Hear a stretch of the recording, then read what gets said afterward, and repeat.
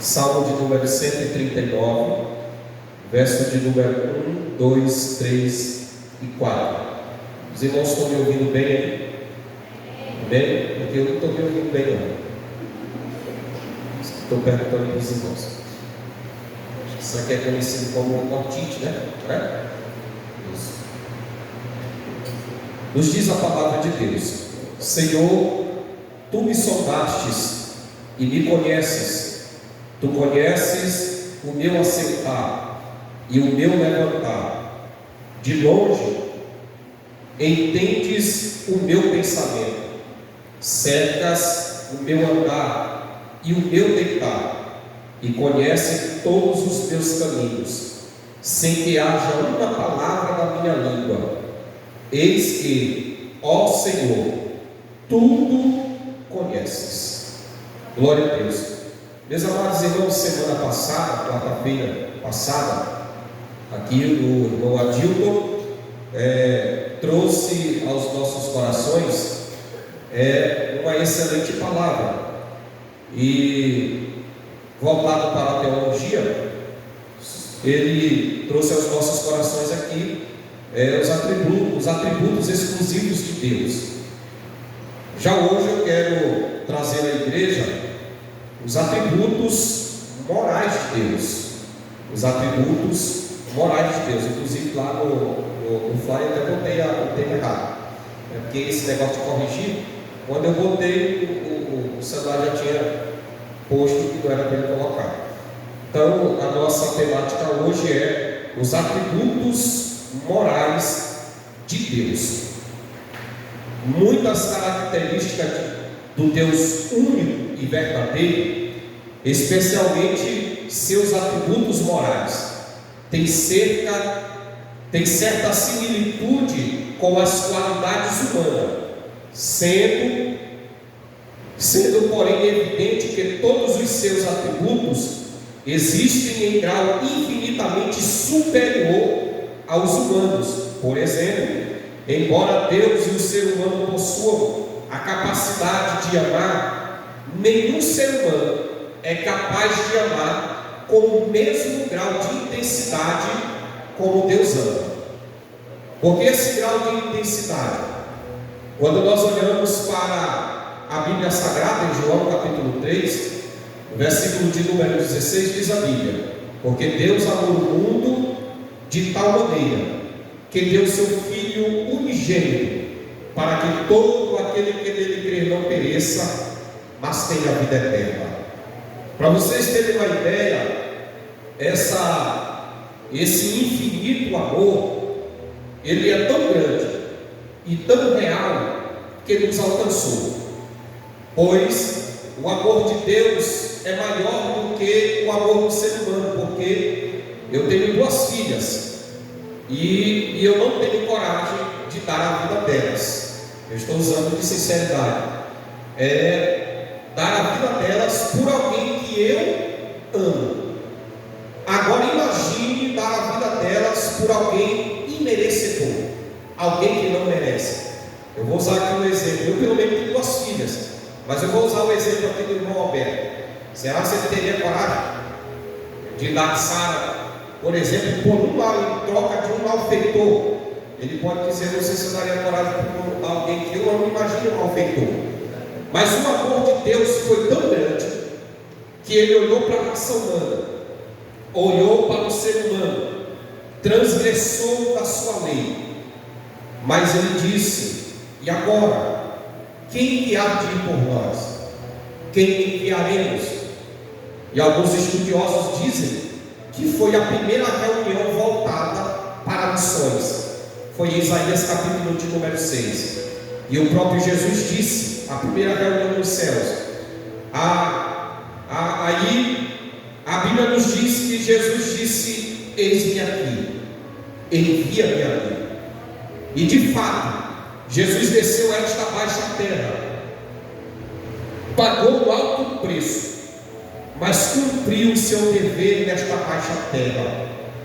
Morreu na cruz do Calvário, ao terceiro dia ressuscitou, subiu aos céus e deixou promessas de que um dia voltará para buscar a sua igreja, a sua eleita.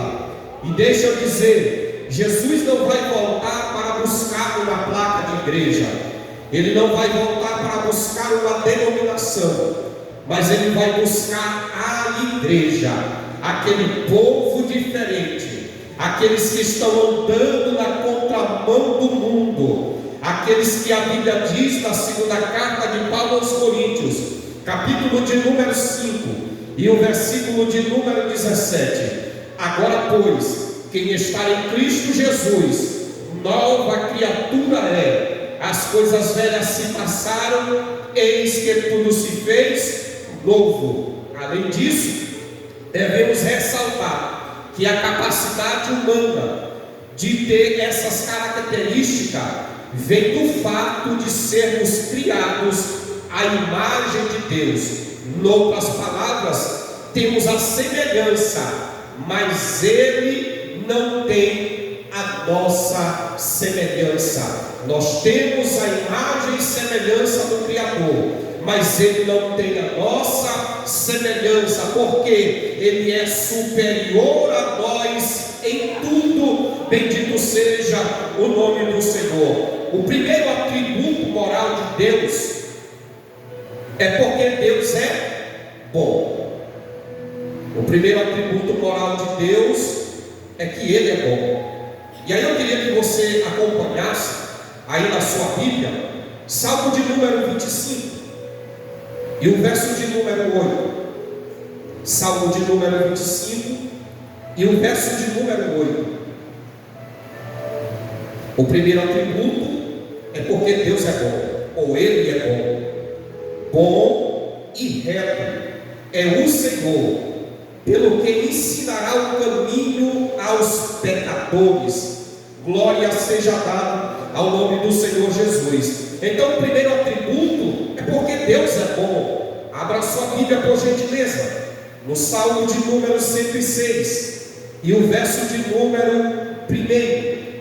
Eu disse, Salmo de número 106 e o verso de número 1 diz: louvai ao Senhor, louvai ao Senhor, porque Ele é bom e a sua benignidade é para sempre. Glória seja dada ao nome do Senhor. Tudo quanto Deus criou, observe bem esta palavra, tudo quanto Deus criou originalmente era bom. Tudo que Deus criou originalmente era bom, era uma extensão da sua própria natureza. E para provar a bondade de Deus, em Marcos capítulo de número 10 e o versículo de número 18, Marcos capítulo de número 10 e o versículo de número 18, nos diz a palavra de Deus: e Jesus lhe disse: por que me chamas bom?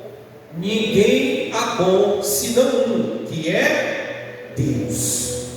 Louvado seja o nome do Senhor. Então o primeiro atributo moral de Deus é que Ele é bom. Ele continua sendo bom para a sua criação, ao sustentá-la para o bem de todas as suas criaturas. Então Deus é bom e Ele ainda alimenta as suas criaturas. Abra sua Bíblia por gentileza, Salmo de número 104, verso de número 10 ao verso de número 28. Eu vou ler alguns versículos. 104, verso 10 ao 28 diz: tu que nos vales fazer rebentar nascentes que correm entre os montes, dão de beber a todos os animais dos campos, os jumentos montenses, matam com elas a sua sede, junto delas habitam as aves do céu, cantando entre os ramos. Ele rega os montes desde as suas câmaras, a terra farta-se do fruto das suas obras. Ele faz crescer a erva para os animais e a verdura para o serviço do homem, para que tire da terra o alimento e o vinho que se alegra o seu coração.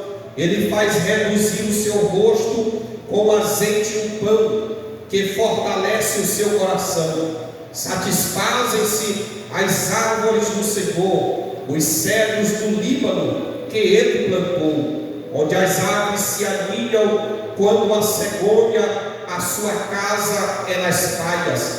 Os altos montes são um refúgio para as cabras montenses e as rochas para os coelhos.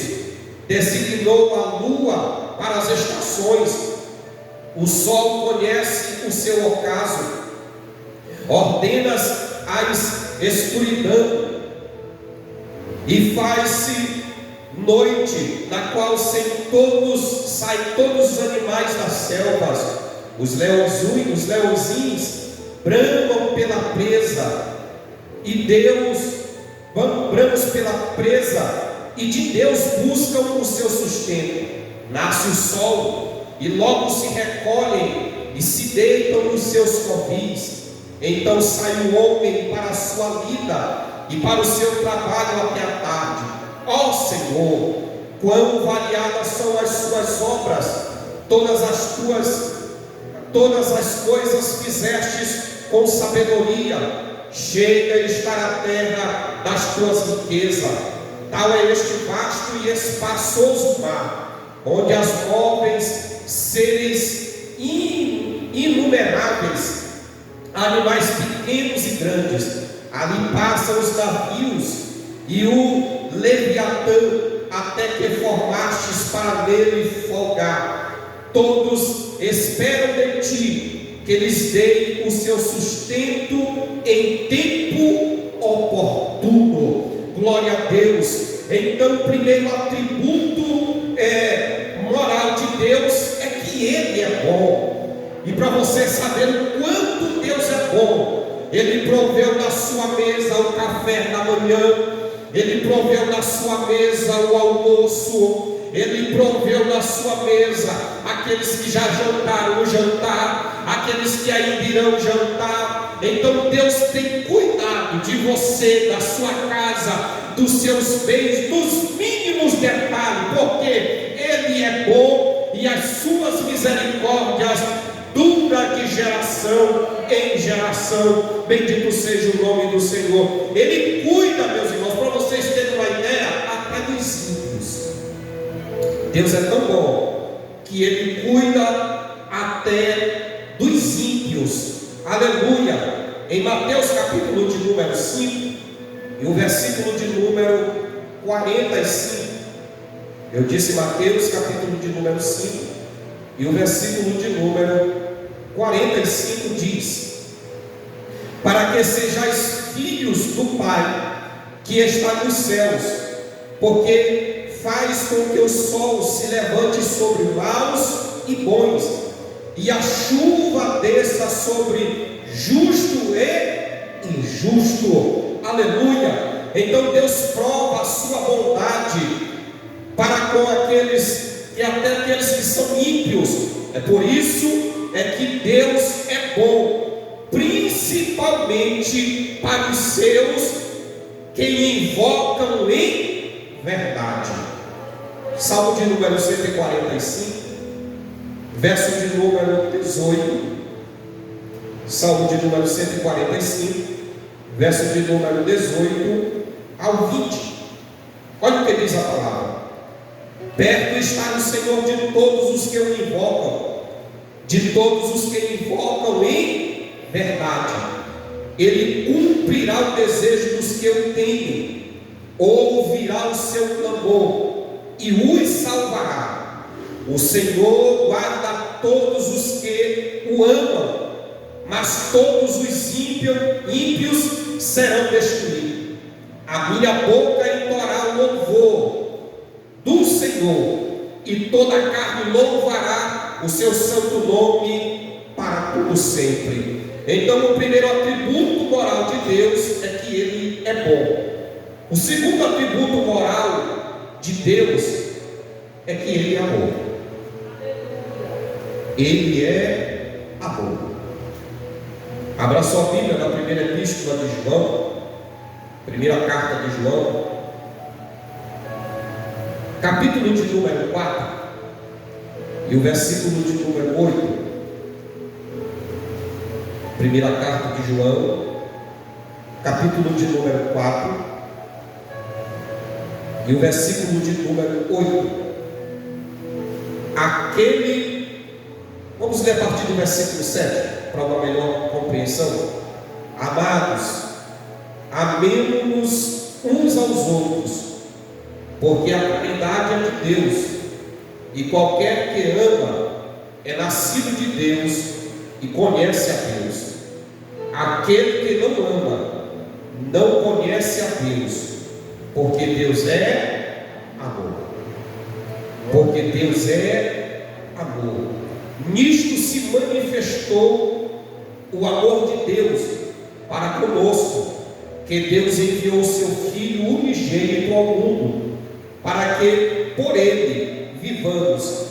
Nisto está o amor, não em que nós tenhamos amado a Deus, mas em que Ele nos amou e enviou seu Filho para propiciação pelos nossos pecados.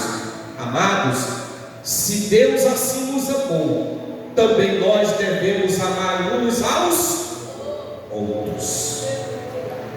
Bem aqui, meus amados, bem nesse versículo, se cumpre na vida dos cristãos o verdadeiro evangelho.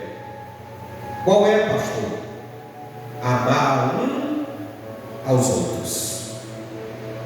E quando nós amamos uns aos outros, Deus cumpre na nossa vida exatamente as suas promessas, pois a Bíblia diz assim: amarás o teu próximo como a ti mesmo. Eu, aconselhando, eu disse para um certo cidadão, eu disse: você tem coragem de chegar diante do espelho? Eu disse: você chega diante do espelho e você vai olhar quem? Ele disse: eu disse: pois é. Eu disse: você tem coragem de dizer as mesmas palavras que você disse para o seu irmão, dizer para você? Ele disse: não tenho.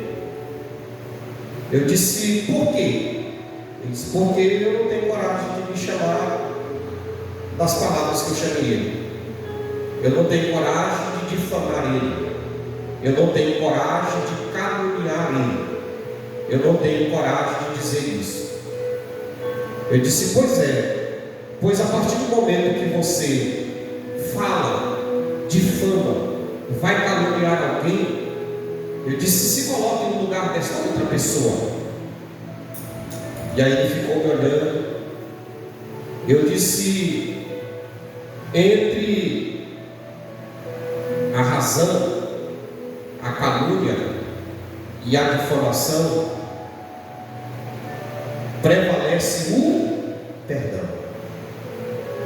Eu disse: você vai pedir perdão. Eu disse: eu não quero ouvir mais, porque o nosso português, e pense num português bem complexo, que é o nosso português, que é tanto adjetivo, tanta coisa, que poderia se resumir em poucas coisas. Aí você bota alguém lá em cima, fulano de tal trabalha bem, é influente, é isso, é aquilo, é aquilo, é aquilo, mas não vale nadinha. Quando você usa mais, você bota todos aqueles adjetivos que você botou lá em cima. Quando você usa mais, pronto, pode esperar que vem coisa boa, né?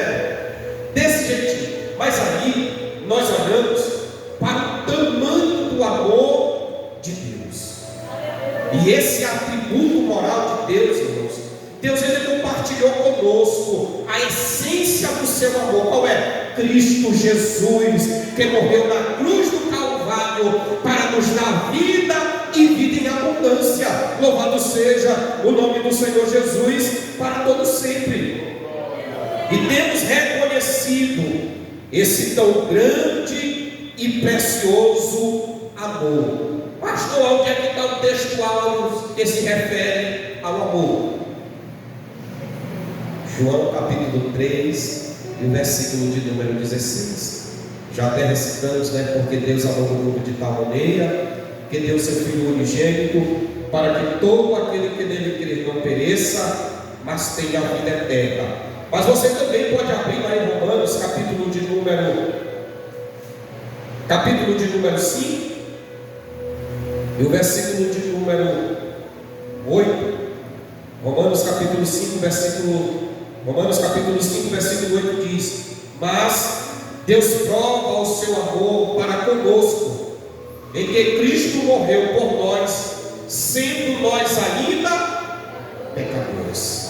Então, para vocês terem uma ideia, que mesmo nós, ainda sendo pecadores, Cristo pagou um alto preço, para que nós viéssemos ter vida e vida em abundância.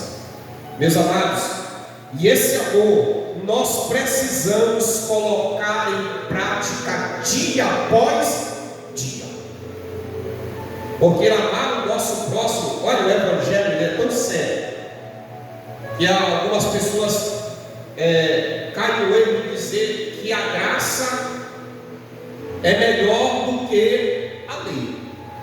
Olha, a lei, se você pegasse o bicudo de alguém, a lei dizia, dá outra. Se você matasse um animal de alguém, você não tivesse condição, você pagava por outro animal, então ia trabalhar para o cidadão, ia ser escravo dele. Aí, dobrado. Agora imagine, aí chega a graça. Orar por aqueles que te... Você já imaginou você orar por alguém que te persegue? Na lei você ia perseguir, tirava aqui um facão, e a música diz aí, não, eu só tenho para o meu facão não é.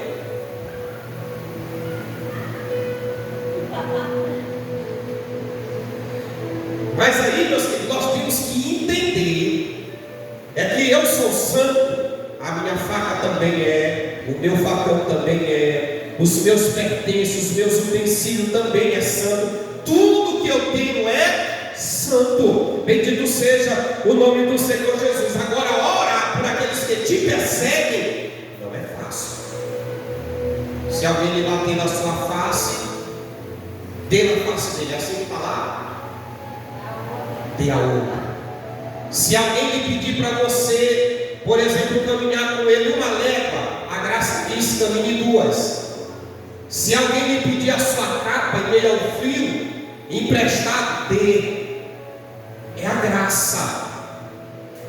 A graça é o amor imerecido. Nós não merecíamos estar aqui, nós não merecíamos ir para o céu, mas a graça nos alcançou, este amor imensurável nos alcançou, e agora estamos caminhando na contramão do mundo para ir morar no céu eternamente com Cristo Jesus, e será para sempre. O terceiro atributo moral de Deus é que Ele é misericordioso e clemente. Ele é misericordioso e clemente. É o terceiro atributo moral de Deus. Abra sua Bíblia lá em Êxodo, capítulo 34, versículo de número 6. Êxodo, capítulo de número 34, versículo de número 26. Olha, meus irmãos, só abrir aqui um parênteses aqui, enquanto os irmãos procuram aí, Êxodo 34, 26. Êxodo, capítulo de número 34, versículo 6. 34, versículo 6. Quando nós tivermos o nosso sistema de multimídia bem avançado, na hora que eu recitar o versículo, o Roberto vai estar ali com o notebook, o data show jogando ali, e aí não precisa a gente estar falando da Bíblia, já vai aparecer ali, e a gente ganha muito mais tempo quanto a isso. Mas isso precisa de um investimento. Fecha parênteses. Êxodo capítulo 34, versículo de número 6. Passando, pois, o Senhor perante a sua face, clamou: Jeová, o Senhor, Deus misericordioso e piedoso, tardio em irá, e grande beneficência e verdade. Aleluia. Então, o terceiro atributo moral de Deus é que Ele é misericordioso e clemente. Aleluia. Ele não extermina o ser humano conforme merecemos, devido aos nossos pecados, mas nos outorga o seu perdão como um dom gratuito a ser recebido pela fé em Cristo Jesus. Aleluia. Se graça Deus nos deu o que nós não merecíamos, e pastor, o que é misericórdia? Graça Deus nos deu que nós não merecíamos, e misericórdia, Deus não nos dá o que merecemos. Olha para você como um pecador, transgressor da palavra. O que era que nós merecíamos? A morte. Isso é quem está sendo assim bem. Mas nós merecíamos ali no inferno mesmo. Mas aí entra o que? As misericórdias do Senhor. E Lamentações de Jeremias diz ainda: toda manhã ela se renova. Eu já ouvi muito pregador dizendo que a palavra de Deus se renova a cada manhã. Mas não, a palavra de Deus foi a mesma ontem, é a mesma hoje e será a mesma eternamente. O que se renova a cada manhã é as misericórdias do Senhor. Então Deus é misericordioso e clemente. Abra sua Bíblia aí no Salmo de número 103 e o verso de número 8. Salmo de número 103 e o verso de número 8. Misericordioso e piedoso é o Senhor, longânimo e grande em benignidade. Aleluia. Então Deus, Ele é grande, Ele é misericordioso, piedoso. É o Senhor, longânimo e grande em benignidade. Então, o terceiro atributo de Deus, o atributo moral de Deus, é que Ele é misericordioso e clemente. Louvado seja o nome do Senhor. Abra sua Bíblia também no Salmo de número 145 e o verso de número 8. Piedoso e benigno é o Senhor, sofredor e de grande misericórdia.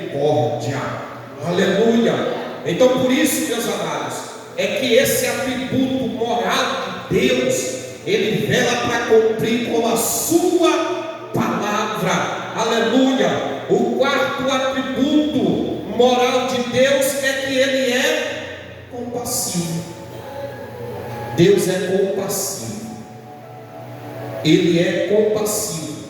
Pastor, o que é ser compassivo? Significa sentir tristeza pelo sofrimento de outra pessoa, com desejo de ajudar. Olha como era que nós estávamos. E a situação de Deus, sendo Ele compassivo, Ele sentiu tristeza pelo nosso sofrimento. Irmãos, eu estava numa situação tão deplorável, mas tão difícil, que Deus teve que usar mesmo de misericórdia para comigo. E a gente ouve na Bíblia, principalmente no Novo Testamento, Jesus, quando Ele olha, por exemplo, para alguém que vinha em sua direção, o que Ele diz? De vez em quando Ele usava essa expressão: e Ele moveu-se de íntima compaixão. Essa palavra aqui, compaixão, nos dá a ideia de você se colocar no lugar do outro. Era por isso que Jesus olhava, por exemplo, para o cego Bartimeu. Qual é o desejo, ou qual é o desejo de um cego? É ver. Mas Jesus faz aquela pergunta celeste: o que queres que eu te faça? Aí vem alguém sofrendo de um fluxo de sangue há 12 anos. Jesus olha para ela e diz assim: tem bom ânimo. E aí veio uma mulher para enterrar o seu único filho. Jesus olha para ela e diz assim: não chores. Porque Jesus estava se colocando no lugar do outro. E por ele também sentir, e olha que o nosso Deus também, ele se entristece. Não.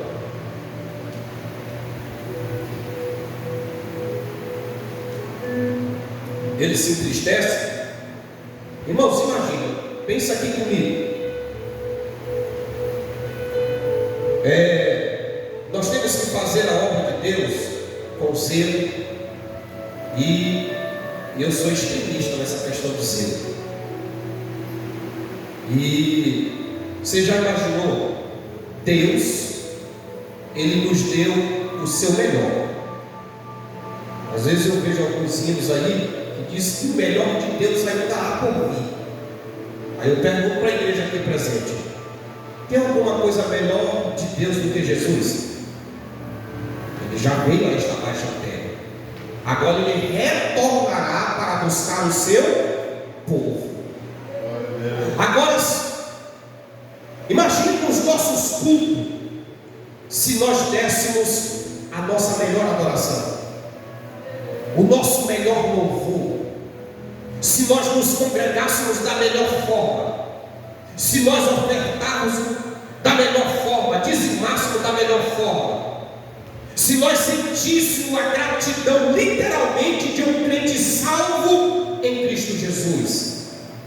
Meus amados, eu cometi um equívoco no que diz respeito. Eu disse, na época da Covid, estava no auge, lockdown para tudo quanto era lado. Dávamos a parte do Senhor para alguém passando lá do outro lado. Senhor, Senhor.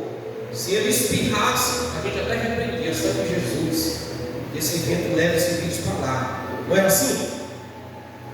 E aí um dia eu disse lá em casa dos camisas: minha filha, eu estou para me fazer um culto clandestino. Mas eu estava com tanta vontade de fazer um culto, me reunir com os meus irmãos,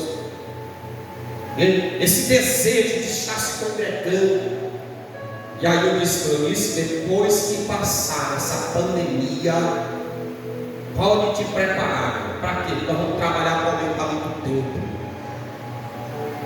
Porque esses crentes vão vir com sede. Esse mundo vai vir com sede de Deus. Porque por onde a gente olha, diz: meu Deus, eu estou com saudade de mamãe, saudade do meu pai. Estou vendo meu pastor só pelas lives. O meu irmão tem que sentar pelo lado dele, dar um abraço dele, dar a paz do Senhor para ele, pegando na mão dele, olhando nos olhos dele. Espero que volte logo esse momento. Passou no auge da pandemia. As igrejas abriram novamente as suas portas. E deixa eu dizer uma verdade aqui, ou mais uma verdade: nunca mais o nosso planeta Terra foi o mesmo. Nunca mais a igreja foi a mesma. Aqueles que já estavam com vontade de ir para o mundo ficaram lá. Aqueles que já estavam frios na época da pandemia se tornaram uma pedra de gelo e nunca mais voltaram. Mas quanto a nós que ainda estamos de pé, a Bíblia diz assim: que tomemos cuidado para que não caia. Então é que nós venhamos, irmão, a vida cristã, abrindo parênteses aqui, ela é uma manutenção. Por exemplo, hoje meu carro estava fazendo barulho na direção. Eu levei ele lá na oficina. Quando eu cheguei na oficina, o barulho não aconteceu. Agora eu vou deixar a câmera se voltei. Quando estacionei o carro, aí o barulho de novo. Mas será possível? Eu chego dentro do mecânico, não tem barulho. Eu chego em casa, o barulho está. Mas aí eu ouvi aquele barulho e levei logo para fazer o quê? A manutenção. Pastor, o que o senhor quer dizer com isso? É que a nossa vida como cristão, ela é uma manutenção diária. E por que não dizer de um turno? Olha, se eu não fizer a manutenção da minha vida cristã, eu vou acabar esfriando, eu vou acabar apostatando da fé. E ainda acima de tudo, tem uma síndrome aí que tem crescido. Qual é, pastor? Do pânico? Não. Síndrome de Adão e Eva. Que síndrome é essa, pastor? Eu peco, eu erro, eu desanimo, e quem é que leva a culpa? O outro. A culpa foi da irmã Ivanilde, que na hora que eu estava lá, ela não regia diferente, me zanguei, nunca mais voltei. A culpa é da irmã Eliane, sendo que a culpa primeiramente é nossa. Nós temos que assumir, porque naquele grande dia, irmãos, todos nós prestaremos conta diante do Deus eterno e do Deus vivo. Hoje Jesus está como nosso advogado fiel, mas naquele grande dia Ele estará se apresentando a nós como justo juiz. Bendito seja o nome do Senhor para sempre. Louvado seja o nome do Senhor. Então o terceiro atributo moral de Deus é que Ele é misericordioso e clemente. O quarto, Ele é compassivo. Ele se entristece pelo sofrimento de outra pessoa, com desejo de ajudar. Deus, por sua compaixão pela humanidade, proveu seu perdão e salvação. Abra sua Bíblia aí no Salmo de número 78 e o verso de número 38. Salmo 78, verso de número 38, nos diz a palavra: mas Ele, que é misericordioso, perdoou a sua iniquidade e não os destruiu. Antes, muitas vezes, desviou deles a sua cólera e não deixou despertar toda a sua ira.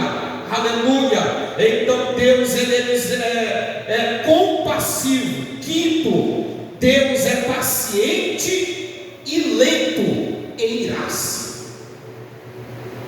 Deus é paciente e lento em irar-se. E graças a Deus por isso. Abra sua Bíblia, por gentileza, no livro do Êxodo, capítulo 34, e o versículo de número 6. Êxodo 34, versículo de número 6.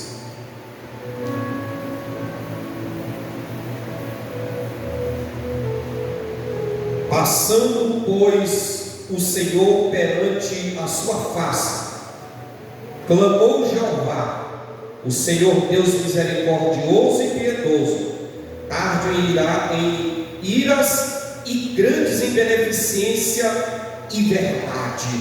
Aleluia. Então Deus, Ele é paciente e lento em irar-se. Capítulo de número 14, versículo de número 18.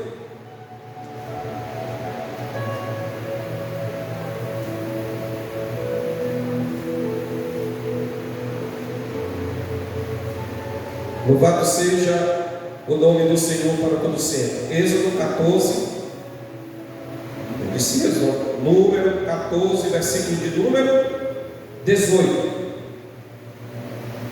O Senhor é longânimo e grande em beneficência, que perdoa a iniquidade e a transgressão, que o culpado não tem por inocente, e visita a iniquidade dos pais sobre os filhos até a terceira e quarta geração. Aleluia. Meus amados, parece que eu olho aqueles homens perguntando para Jesus quando aquele cego de nascença: Senhor, quem pecou? Ele ou seus pais?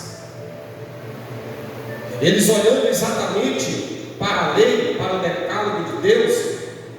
Mas aí, meus amados, nós observamos que todo aquele que comete pecado, qual é o salário do pecado?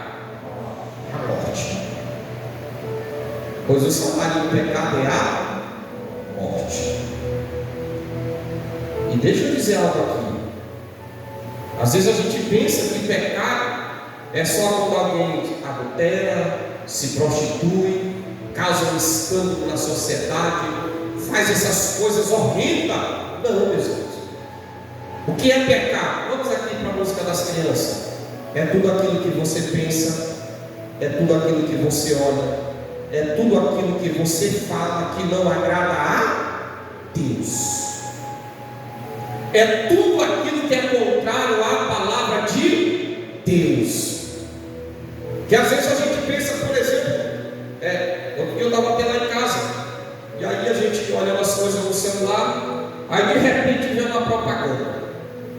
Aí aparece lá uma mulher semi-despida. E aí o desejo do homem é você clicar lá e olhar. Aí você vai olhando, aí a Bíblia diz assim, ó: um abismo chama o outro abismo. E aí a gente vai pecando através de olhar, aí depois eu desejo, aí depois você vai, aí marca um encontro, aí quando você pensa que você está pertinho de Deus, você já está muito distante. Mas no entanto, o que a Bíblia nos ensina? Vigiar e orar. Nós temos que vigiar naquilo que olhamos, naquilo que falamos, naquilo que pensamos, naquilo que fazemos, porque de tudo isso nós prestaremos conta diante de Deus. Eu achei um negócio interessante. Eu estava na casa de um cidadão, e aí a primeira coisa que uma criança, quando chegou lá, irmão Francisco, foi pedir a senha do Wi-Fi. Rapaz, eu olhei para a criança e disse: meu filho, mas para que tu quer a senha do Wi-Fi? Para mim jogar esse negócio de jogo online aí, que o menino está do outro lado do mundo, o cidadão está se esculhambando aqui, Free Fire. Meus irmãos, me perdoe pelo tom da palavra, mas isso tem sido uma desgraça. Literalmente. Olha, outro dia eu saí lá para você, assim sem querer. O que foi que eu fui fazer? Foi terça-feira agora. Saí, quando eu olhei, tinha uma turma lá fora do templo, mexendo lá no celular. Aí eu fiquei olhando para eles. Aí quando eles me olham, logo eles botam o celular no bolso. Eu disse: vocês não estão fazendo isso escondido da minha pessoa, mas ao Deus dos céus, que tem olhos como chamas de fogo. E às vezes eu disse: não, porque é criança. Meus irmãos, de uma criança é um adolescente, de um adolescente um jovem, de um jovem é que se torna um homem. Então cada etapa da nossa vida, hoje tem esse negócio aí que por exemplo, a gente já não pode falar com uma certa autoridade, um tom um pouquinho mais alto, porque a criança vai ter uma síndrome de não sei o que tem. Meus irmãos, meu pai e minha mãe só faltava me deixar surdo. E aí quando a palavra não resolvia, ela ataca mesmo. Pastor, mas a sua época é diferente, irmãos. É por isso que a nossa geração está desse jeito.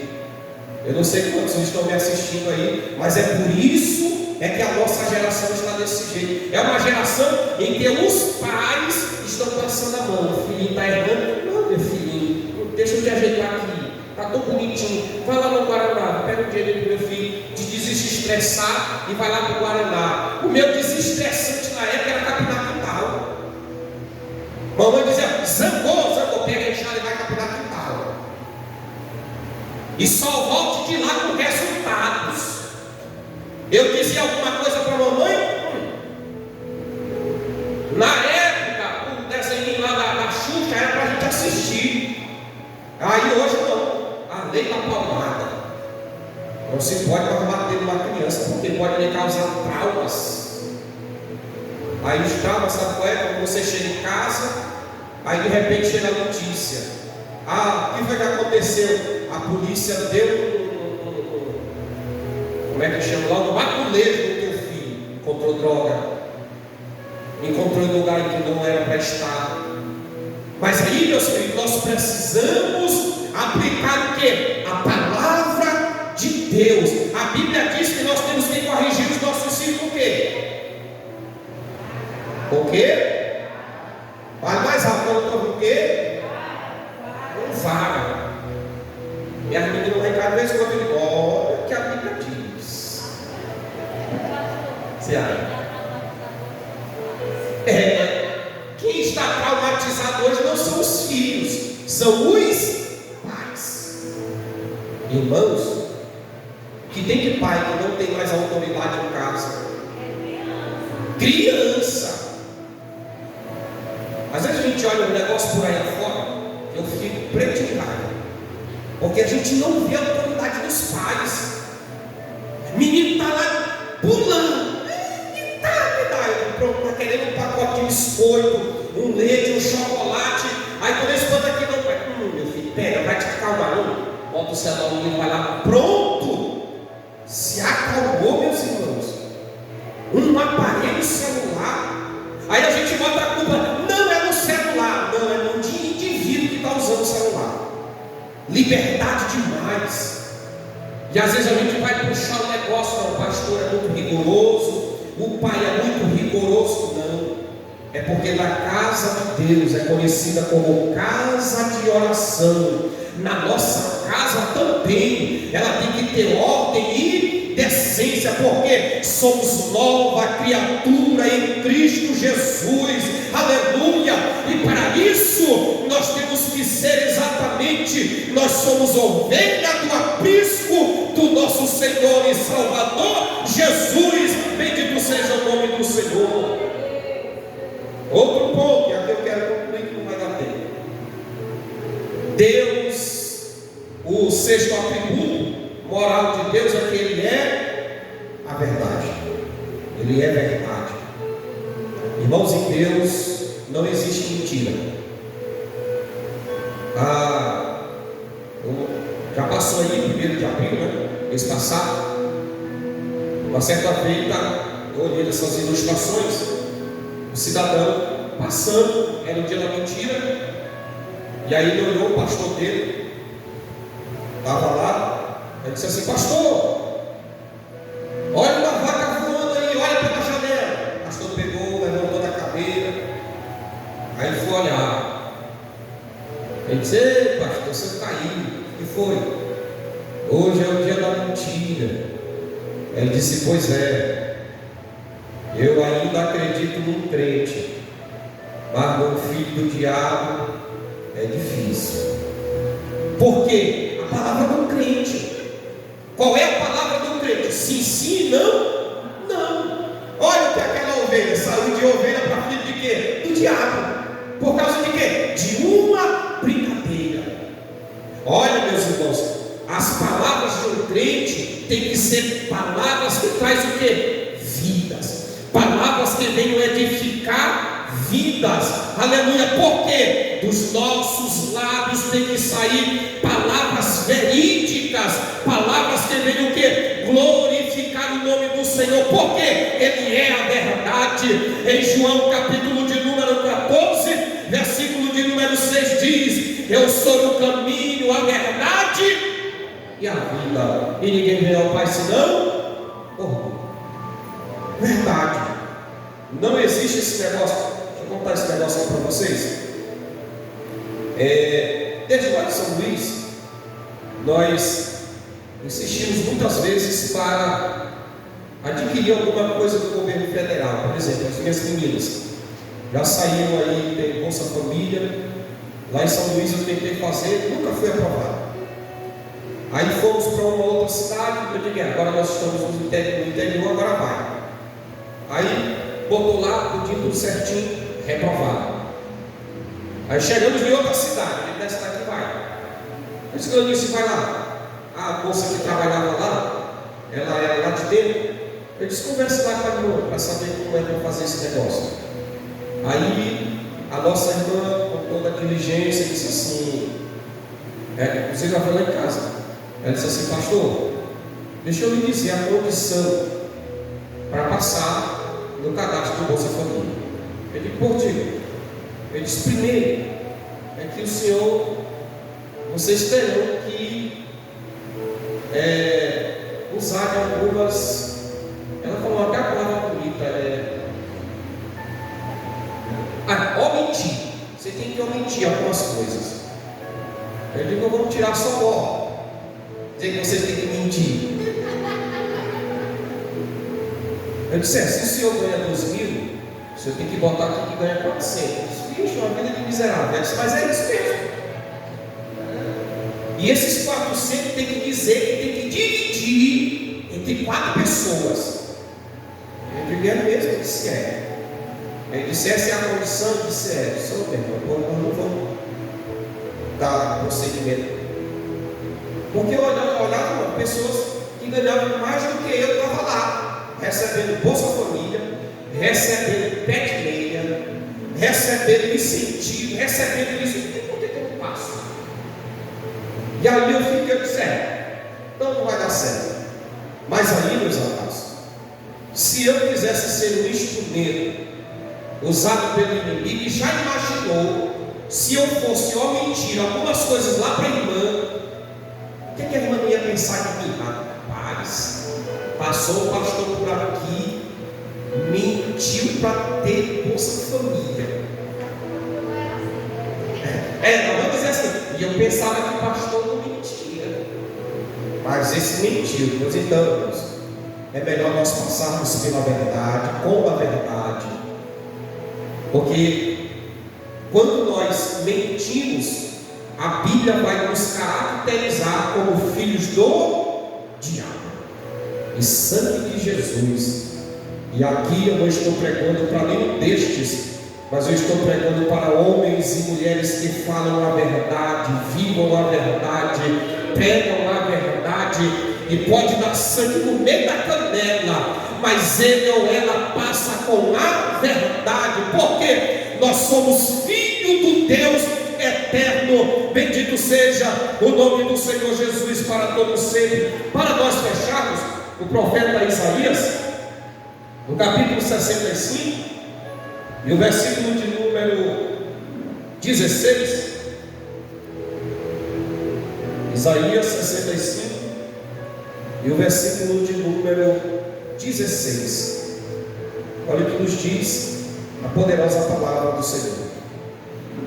O versículo 16 diz: de sorte que aquele que se bendisser na terra será bendito no Deus da verdade, e aquele que jurar na terra jurará pelo Deus da verdade, porque já estão esquecidos as angústias passadas e estão encobertas diante dos meus olhos. Aleluia! E meus queridos irmãos, então o sexto atributo moral de Deus é que Ele é a verdade.